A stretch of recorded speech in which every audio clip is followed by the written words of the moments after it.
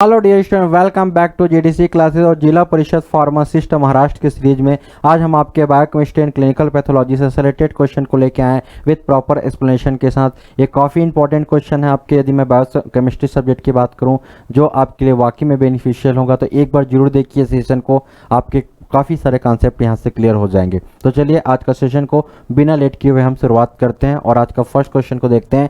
First question आपसे है the percentage of the total calories obtain from the carbohydrate should be between. मतलब आपसे question ये पूछ रहा है कि हमारे बॉडी को सबसे ज़्यादा एनर्जी कहाँ से मिलता है, हमारा प्राइमरी सोर्स क्या है एनर्जी के लिए, कैलोरी की बात कर रहा है। तो हमारा बॉडी आपका 50 से 60% पोर्शन कैलोरी एनर्जी की मैं बात करूं तो किससे लेता है, आपका कार्बोहाइड्रेट से ही लेगा। ये काफ़ी इंपॉर्टेंट है कि हमारा body as a primary source energy के रूप में कार्बोहाइड्रेट से ही एनर्जी लेगा, कैलोरी लेगा 50 to 60%। वैसे सबसे ज़्यादा फैट में ही एनर्जी होगा, बट फैट हमारे हार्ट के लिए बिल्कुल भी हेल्दी नहीं होता। सबसे ज़्यादा फैट में ही आपका मिलता है एनर्जी की मैं बात करूं, 1 ग्राम यदि आप फैट को बर्न करेंगे तो लगभग 9 किलो कैलोरी के करीब आपको एनर्जी मिलेगा, और 1 ग्राम यदि आप कार्बोहाइड्रेट को बर्न करते हैं तो आपको 4.2 किलो कैलोरी ही मिलेगा। फिर भी हमारा बॉडी प्राइमरी सोर्स के रूप में कार्बोहाइड्रेट को ही 50 to 60% पोर्शन यूज़ करता है एनर्जी के लिए, क्योंकि मैंने अभी आपको बताया ज़्यादा फैटी, ज़्यादा अल्कोहल, ज़्यादा कोलेस्ट्रॉल, ठीक है, ज़्यादा कोलेस्ट्रॉल, ज़्यादा फैटी वाली चीज़ों को खाने की वजह से हार्ट को प्रॉब्लम्स हो सकता है। क्लियर? तो इसका बी इसका करेक्ट आंसर हो जाएगा। नेक्स्ट क्वेश्चन को देखते हैं। What is the process for the breakdown of the glycogen into the glucose. जब हमारे बॉडी को एनर्जी की जरूरत होगी तो हमारा जो लीवर अपने पास स्टोर करके रखा हुआ है एक्स्ट्रा अमाउंट में जो भी ग्लूकोज है ग्लाइकोजन के फॉर्म में, इनको ब्रेक डाउन किया जाता है ग्लूकोज में। और इस प्रोसेस को क्या बोलते हैं, तो जैसे इसका नेम ही इंडिकेट कर रहा है, आपका देखिए ग्लाइकोजन की बात कर रहा है, और एक होता है आपका लाइसिस। क्या लिखा हुआ है, लाइसिस, मतलब ग्लाइकोजन का लाइसिस करना जिससे ग्लाइकोजन किस में कन्वर्ट हो जाए, ग्लूकोज में कन्वर्ट हो जाए। तो सी इसका करेक्ट आंसर हो जाएगा। जैसे यहाँ पर देखिए आपका ग्लाइकोजन है और इसमें क्या है, जेनेसिस वर्ड लिखा हुआ, इसमें क्या होता है, जेनेसिस। इसका मतलब क्या हुआ कि जो एक्स्ट्रा ग्लूकोज होगा, जो एक्स्ट्रा हमारा जो ग्लूकोज होगा बॉडी का, इसको हमारा लीवर किस फॉर्म में कन्वर्ट कर देता है, ग्लाइकोजन के फॉर्म में स्टोर करेगा, ताकि इन फ्यूचर में जब भी अपने को नीड होगा एनर्जी का तो ये क्या करेगा, आपका फिर से ब्रेक डाउन होकर ग्लूकोज में कन्वर्ट हो जाएगा। और इसी का तो क्वेश्चन आपसे पूछा गया है कि जब ग्लाइकोजन है ये ब्रेक होगा किसमें, ग्लूकोज में ब्रेक होगा, उस प्रोसेस को हम लोग क्या बोलते हैं, आपका ग्लाइकोजेनोलाइसिस। ठीक है, ग्लाइकोजिनोलाइसिस। तो लाइसिस मतलब ब्रेक डाउन, जेनेसिस मतलब बनना, फॉर्मेशन। चलिए नेक्स्ट को देखते हैं। Which enzyme used for the debridement for dermal ulcer and severe burn. कई बार वो इंजुरी की वजह से वुंड जो होता है, वुंड में काफ़ी ज़्यादा इन्फेक्शन हो जाते हैं, तो वहाँ पर जो डेड सेल होते हैं इनको रिमूव करने के लिए कौन सा एंजाइम यूज़ किया जाता है, आपसे क्वेश्चन में ये पूछा जा रहा है। तो इसका करेक्ट आंसर हो जाएगा कोलिजिनेस एंजाइम का यूज़ किया जाता है। ठीक है, डिब्राइटमेंट मतलब होता है डेड सेल को रिमूव कर देना, ताकि बहुत जल्दी वहाँ पर हीलिंग का प्रोसेस स्टार्ट हो जाए और किसी प्रकार का कोई भी इन्फेक्शन ना हो। मैं बात करूँ कंडीशन का तो सीवियर बर्न या फिर डर्मल अल्सर में आपका कोलिनेजेस एंजाइम का यूज़ किया जाता है। देखिए ये सब कंडीशन होता है, जैसा कि आप डायग्राम में देख सकते हैं। तो इस कंडीशन में कोलिनेजेस एंजाइम का यूज़ किया जाता है। नेक्स्ट देखते हैं फैट सॉल्युबल विटामिन। तो फैट सॉल्युबल विटामिन में कौन है, तो फैट सॉल्युबल विटामिन को याद रखने का मैंने आपको एक तरीका भी बता देता हूँ आपके लिए। कीड़ा नाम से याद रखो कि फैट में कीड़ा आ गया, कीड़ा मतलब विटामिन के, विटामिन ई, विटामिन डी और विटामिन ए। तो कौन सा इसका करेक्ट आंसर हो जाएगा, विटामिन ए। और विटामिन बी और विटामिन सी क्या होता है, ये आपके वाटर सॉल्युबल विटामिन है, जो कि हमारे वाटर में सॉल्युबल होंगे। तो ये आपके वाटर सॉल्युबल के एग्जांपल होते हैं बी, सी और ए, डी, ई, के। ये फैट सॉल्युबल विटामिन के एग्जांपल है जो कि फैट में जाके डिसॉल्व हो जाएंगे। चलिए नेक्स्ट क्वेश्चन को देखते हैं। Active form of the vitamin A. Vitamin A का एक्टिव फॉर्म आपसे क्वेश्चन पूछ रहा है, तो इसमें का विटामिन ए का जो एक्टिव फॉर्म होगा ये ऑल ऑफ द एबव इसका करेक्ट आंसर हो जाएगा, क्योंकि जो विटामिन ए आपका एल्डिहाइड के फॉर्म में होता है, ओइक एसिड के फॉर्म में होगा, और ठीक है, और रेटिनॉल। तो ये दोनों एक ही वजह से है, रेटिनॉल। तो रेटिनोइक और रेटिनॉल ये दोनों इसके करेक्ट आंसर हो जाएंगे आपके। तो ऑल ऑफ द एबव इसका करेक्ट आंसर होगा। जैसा कि आप यहाँ पर देख सकते हैं कि जो विटामिन ए है ये आपका रेटिनॉल, तो ऑल मतलब क्या होता है, इसका अल्कोहलिक फॉर्म हो गया, और जो अल है आपका, ठीक है, ये आपका एल्डिहाइड फॉर्म हो गया विटामिन ए का, और जो ओइक है ये आपका एसिड फॉर्म हो गया विटामिन ए का। तो विटामिन ए आपके 3 फॉर्म में एग्जिस्ट करता है, अल्कोहल के फॉर्म में, एसिड के फॉर्म में और एल्डिहाइड के फॉर्म में। यहाँ जो आपका एक ऑप्शन होगा यहाँ पर, ठीक है, ये आपका अल होगा, इसको आप अल कर लेना, यहाँ पर अल रहेगा, मतलब ये अल्कोहलिक फॉर्म हो गया, ये इसका एसिड फॉर्म हो गया, और ये आपका एल्डिहाइड फॉर्म हो गया विटामिन का ए का, ठीक है। नेक्स्ट सबका देख लीजिए, फंक्शन भी देख लीजिए कि जो रेटिनॉल वाला फॉर्म होता है विटामिन ए का, ये रिप्रोडक्टिव सिस्टम में इसका काफ़ी इंपॉर्टेंट रोल होता है। जो रेटिनॉल का जो एल्डिहाइड वाला फॉर्म होता है ये नॉर्मल विजन के लिए, ठीक है, और इसी की डिफिशियंसी की वजह से नाइट ब्लाइंडनेस का भी प्रॉब्लम देखने को मिलता है, और ग्रोथ और डिफ्रेंशिएशन के लिए इंपॉर्टेंट होता है विटामिन का एसिड वाला फॉर्म विटामिन ए का। नेक्स्ट देखते हैं, which vitamin is the responsible for the blood clotting. तो ब्लड को क्लॉट होने के लिए कौन सा विटामिन चाहिए, विटामिन के। काफ़ी इंपॉर्टेंट है, मेनी टाइम एग्जाम में आया हुआ है कि ब्लड को क्लॉट होने के लिए कौन सा विटामिन चाहिए, विटामिन के। यदि किसी की बॉडी में विटामिन के की डिफिशियंसी हो जाए तो क्लॉटिंग टाइम डिले हो जाएगा। चलिए नेक्स्ट क्वेश्चन को आप सॉल्व करते हैं। द 7th क्वेश्चन है आपका 7th नंबर का, the location where the maximum number of the nutrient absorbed into the human body. हमारे जीआईटी सिस्टम की बात कर रहा है, हमारा जो जीआईटी सिस्टम के कौन सा पार्ट है जीआईटी का जहाँ पर मैक्सिमम फूड का न्यूट्रिएंट का क्या होता है, एब्जॉर्प्शन होता है। तो इसका करेक्ट आंसर आपका क्या हो जाएगा, स्मॉल इंटेस्टाइन इसका करेक्ट आंसर हो जाएगा। स्मॉल इंटेस्टाइन में ही मैक्सिमम एब्जॉर्प्शन होता है, क्योंकि स्मॉल इंटेस्टाइन में क्या प्रेजेंट होता है, विलाई प्रेजेंट होते हैं, और ये विलाई का काम क्या होता है, सरफेस एरिया को इंक्रीज करा देते हैं, जिसके वजह से ज़्यादा न्यूट्रिएंट का क्या होता है, एब्जॉर्प्शन होता है हमारे स्मॉल इंटेस्टाइन वाले पार्ट से। तो ये इसका करेक्ट आंसर हो जाएगा सी जो है आपका, ठीक है। जैसा कि आप डायग्राम में देख सकते हैं, आपका जेजुनम, इलियम, ये सब किसके पार्ट होते हैं, डिओडिनम, जेजुनम, इलियम, ये सब चीज़ें स्मॉल इंटेस्टाइन के पार्ट होते हैं, और हमारी स्मॉल इंटेस्टाइन में ही विलाई प्रेजेंट होते हैं। एक फिंगर लाइक प्रोजेक्शन होता है आपका, यदि मैं इसके डायग्राम की बात करूं तो इस तरीके का आपका फिंगर लाइक प्रोजेक्शन होगा हमारे स्मॉल इंटेस्टाइन में इस तरीके का, और ये क्या करेगा, विलाई जो है ये एब्जॉर्प्शन में हेल्प करता है न्यूट्रिएंट का, जो भी फूड मटेरियल में न्यूट्रिएंट होगा उनके एब्जॉर्प्शन में हेल्प करता है। नेक्स्ट क्वेश्चन देखते हैं 8 नंबर का, कि जो प्रेग्नेंट वोमेन है वो यूजुअली उनको किन की डिफिशियंसी होता है, क्योंकि प्रेगनेंसी टाइम पे एक बच्चा, एक बेबी की बात करता हूँ, ये भी उनके यूट्रस पे, बच्चेदानी पे सर्वाइव करता है। तो उस कंडीशन में उसमें क्या प्रॉब्लम्स हो सकती हैं, किसकी कमी हो सकती है, आपसे ये क्वेश्चन पूछ रहा है। तो उस टाइम पे उनको कैल्शियम और आयरन्स की बहुत नीड होती है। तो प्रेग्नेंट वुमेन को जो डॉक्टर होते हैं वो आयरन का मेडिसिन, फोलिक एसिड का मेडिसिन, विटामिन B9 और साथ ही साथ कैल्शियम का मेडिसिन को प्रिस्क्राइब करता है, क्योंकि इनका लेवल डाउन हो जाता है प्रेगनेंसी के टाइम पे, ताकि बच्चों को कोई भी प्रॉब्लम ना आए। और इस तरीके के काफ़ी सारे प्रोडक्ट अवेलेबल हैं, ग्रीन वेजिटेबल वगैरह भी अवेलेबल होते हैं आयरन को डिफिशियंसी को फुलफिल करने के लिए। चलिए नेक्स्ट क्वेश्चन देखते हैं आपका 9th number, the difference that exist between the intake and output of nitrogen both being express in the term the gram nitrogen per day.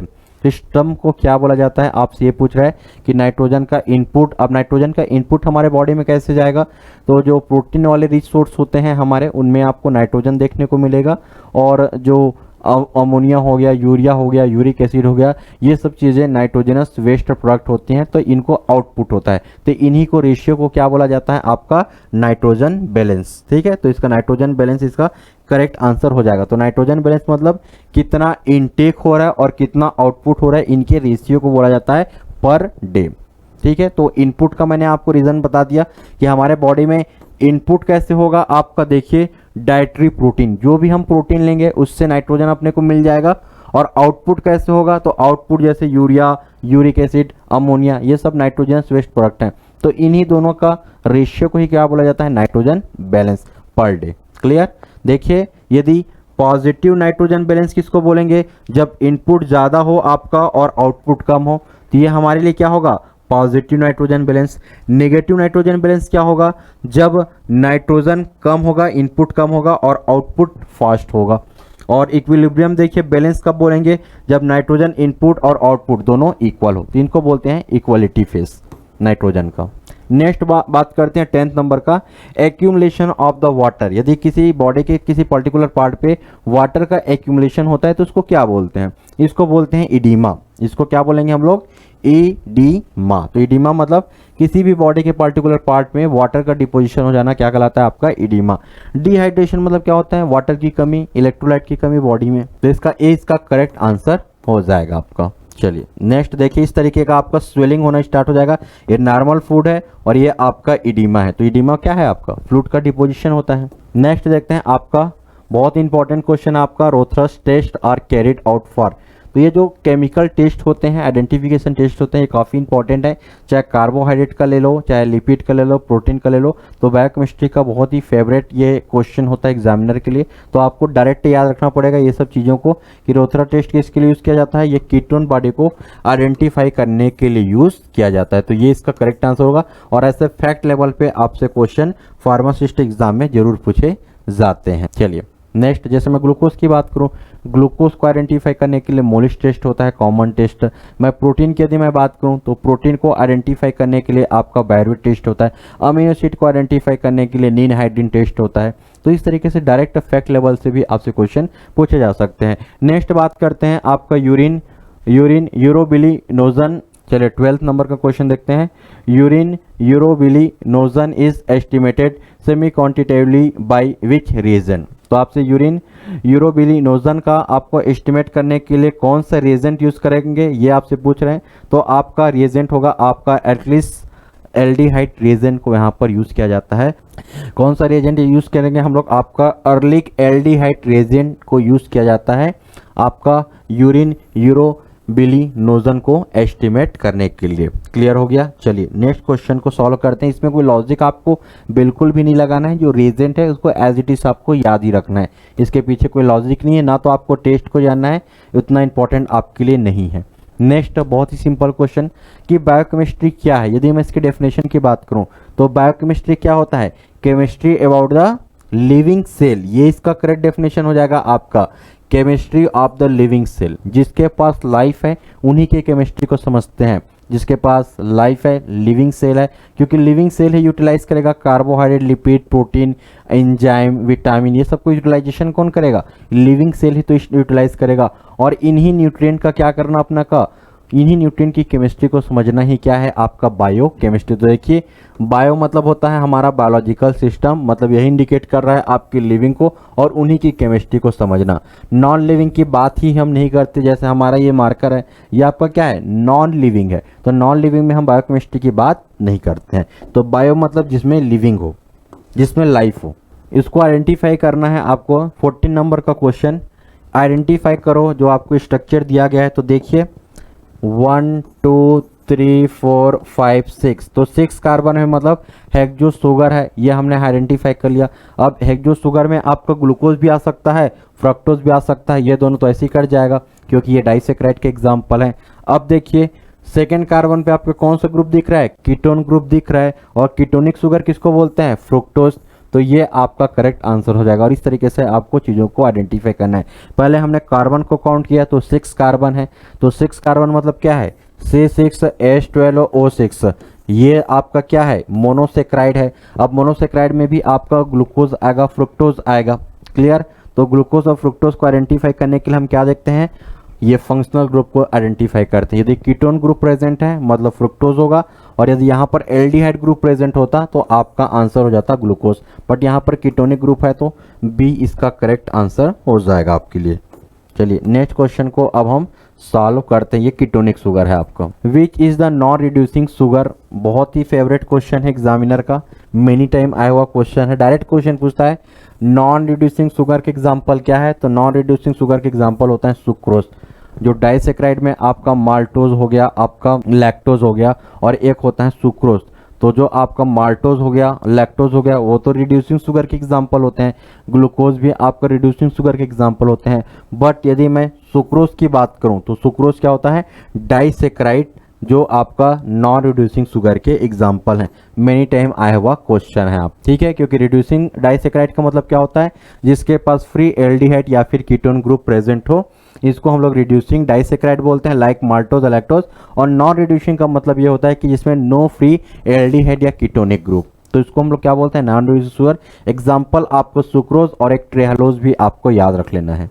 Next देखिए 16 नंबर का क्वेश्चन, अमीनो एसिड को sequence को identify करने के लिए कौन सा test हम यूज़ करते हैं, ये भी काफ़ी इंपॉर्टेंट है। अमीनो एसिड के सीक्वेंस को आइडेंटिफाई करने के लिए हम लोग आपका सीक्वेंस ही याद रख लो, कौन सा टेस्ट, सेंगर टेस्ट यूज़ किया जाता है, जिसमें सेंगर रिएजेंट यूज़ किया जाता है। ठीक है, तो अमीनो एसिड को सीक्वेंस को आइडेंटिफाई करने के लिए हम सेंगर टेस्ट को यूज़ किया जाता है।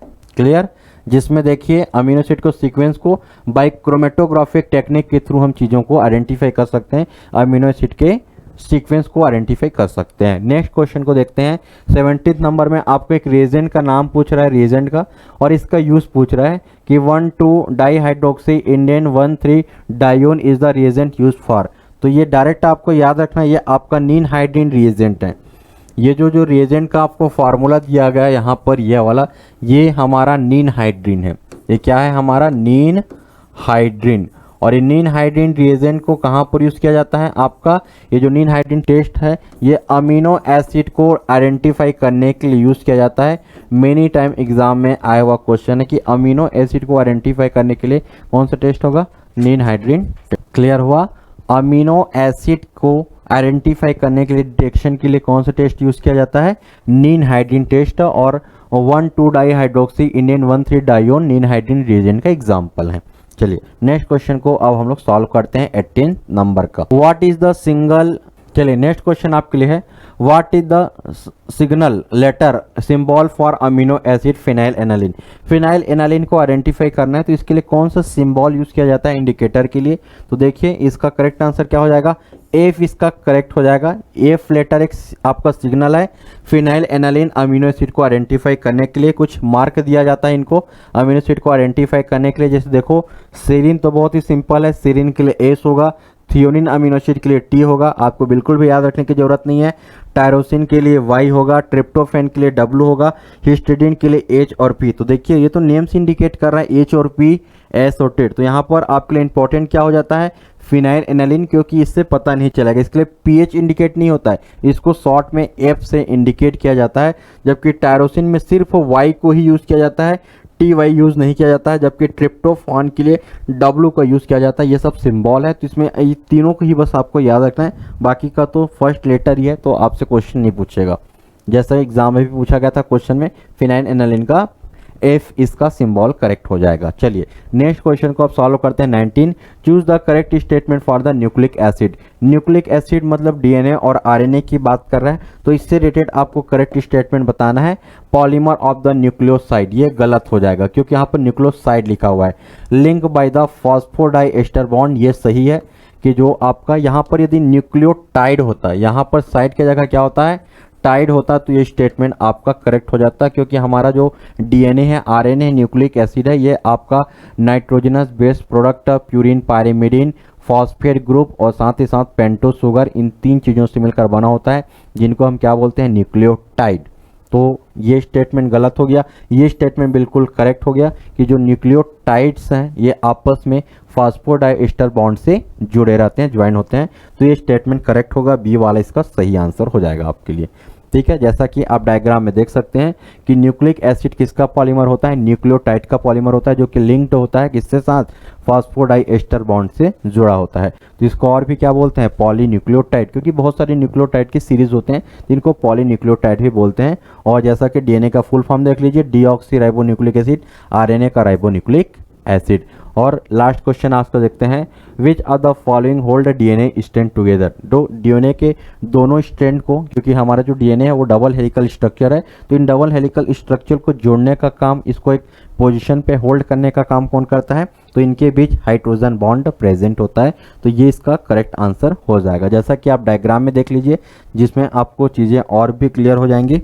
यहाँ पर देखिए, यहाँ पर देखिए, ये हमारा जो डबल हेलिकल स्ट्रक्चर है डीएनए का, तो बीच में जो आपको नज़र आ रहा है ये आपका क्या है, नाइट्रोजनस बेस।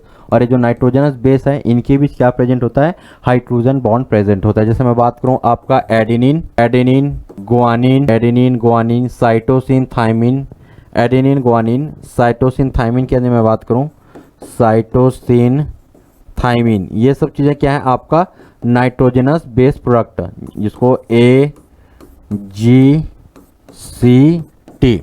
तो देखिए कॉन्सेप्ट यहाँ पर याद रखिए, एटीजीसी का कॉन्सेप्ट याद रखना है आपको। एटीजीसी का कॉन्सेप्ट याद रखना है कि हमेशा जो एडेनिन है ये डबल हाइड्रोजन बॉन्ड और ग्वानिन और साइटोसिन ट्रिपल हाइड्रोजन बॉन्ड से आपस में जुड़े रहते हैं। ये काफ़ी इंपॉर्टेंट है। इनके बीच कौन सा बॉन्ड मैंने बता दिया आपको, हाइड्रोजन बॉन्ड। तो ये काफ़ी इंपॉर्टेंट है, क्वेश्चन पूछ सकता है कि एटीजीसी का कॉन्सेप्ट याद रखना, एडेनिन थाइमिन के साथ डबल हाइड्रोजन बॉन्ड के साथ और ग्वानिन साइटोसिन के साथ ट्रिपल हाइड्रोजन के बॉन्ड के साथ जुड़ा होता है। तो ये दोनों नाइट्रोजनस बेस के बीच में हाइड्रोजन बॉन्ड प्रेजेंट होता है। तो इस तरीके से डियर हमने आपके इम्पोर्टेंट एमसीक्यू को डिस्कस किया हुआ है जो आपके महाराष्ट्र जिला परिषद फार्मासिस्ट एग्जाम के लिए काफ़ी हेल्पफुल होने वाला है। आई होप आपको सेशन बहुत ही मज़ा आया होगा और आपके काफ़ी डाउट्स क्लियर हो गए होंगे। Thank you so much. आज के लिए बस इतना ही रखते हैं dears. Thank you so much.